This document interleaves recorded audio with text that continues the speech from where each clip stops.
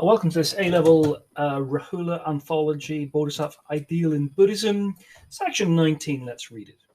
A Thera named Mahatipitaka Kulibaya, who wrote the Malana Tika by the 12th century AD, in the Theravada tradition of the Mahavihara at Andapura, says at the end of the book in a colophon that he aspires to become a Buddha. A Buddha Bhavayam.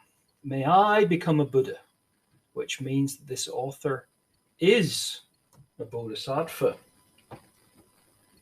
What's this saying? So let's take it apart. What is a Thera? Who is Mahatipitaka Kulibaya?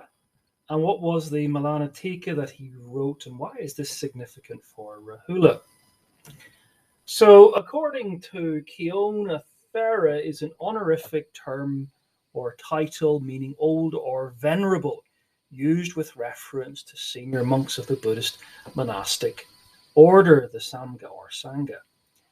The seniority of a monk is determined not by age, but by the time elapsed since ordination. Normally 10 years standing is required for a monk to be considered a Thera, hence Theravada, as the way of the elders.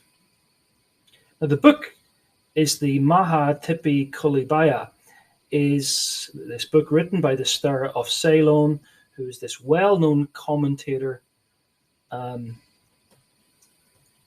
he is several times quoted in various commentaries himself. The book looks at a lot of different things. The guy had a prodigious memory. Once he was shut in the gates of Andapura, allowing only one door for use of those leaving the city.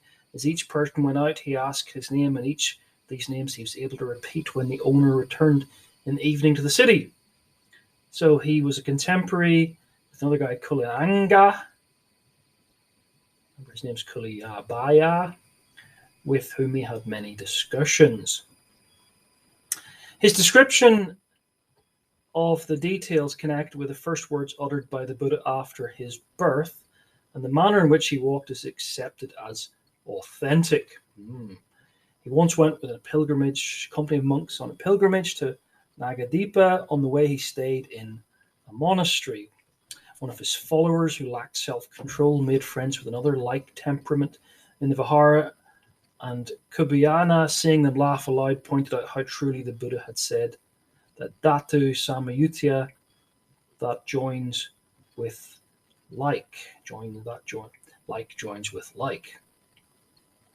Right, so Rahula is bigging up this guy, quoting this text and this author that he's going to make use of to make a point that bears on how the Bodhisattva as an identity statement of Mahayana needs to be interpreted carefully, maybe symbolically or some other way, but not as Mahayana intended to be interpreted. So what is the text that he wrote? The Malana Tika. And what is the Theravada? So that's a Thera in Mahana Kulibala. And what is the Malana Tika that he wrote? And what is the tradition of the Mahavihara and the Pura? And what's the significance of all of this? So the 12th century Malana Tika is a small commentary on the Malana Pana. Remember the questions of King Malanda to the guy Nagas? Really important text. After the Tipitaka, probably one of the most important Theravada texts. The idea of you've got this phrase, the Theravada tradition of the Mahavihara at Andapur. It's really just giving this is the stamp of approval. Its origin, so where it comes from, therefore it's legit. It's orthodox. So this is a claimed orthodoxy of writing, thus the authority of an author, so listen to them. Listen to me, Rahula is saying. So this is all of importance, of significance in establishing a lineage of orthodoxy that we should accept and believe. Really? Well, okay. So let's just think about this word, this colon font, just technical little thing, and what is its significance. So this is a publisher's emblem or imprint, usually at the title page of a book, But it could also be a statement at the end of the book. Think about blurb on the back cover of a book, typically with the printer's emblem, giving information about the authorship and printing. The colophon may include the device of a printer or publisher. Again, its significance as a textual is just establishing the textual orthodoxy as a source of authority. And so this is like a probably handwritten, not printed, but that's where the origin of the term colophon comes from. What is the significance of the aspiration to become a Buddha Bhavayam for Rahula? He aspires to become a Buddha Bhavayam. Well, Rahula shows that we need to be careful when handling the meaning of words, even especially important Theravada words like Buddha. The monk only wants to be enlightened, not to figure it all out again like himself or to become a king. And the same applies for Mahayana terms like Bodhisattva.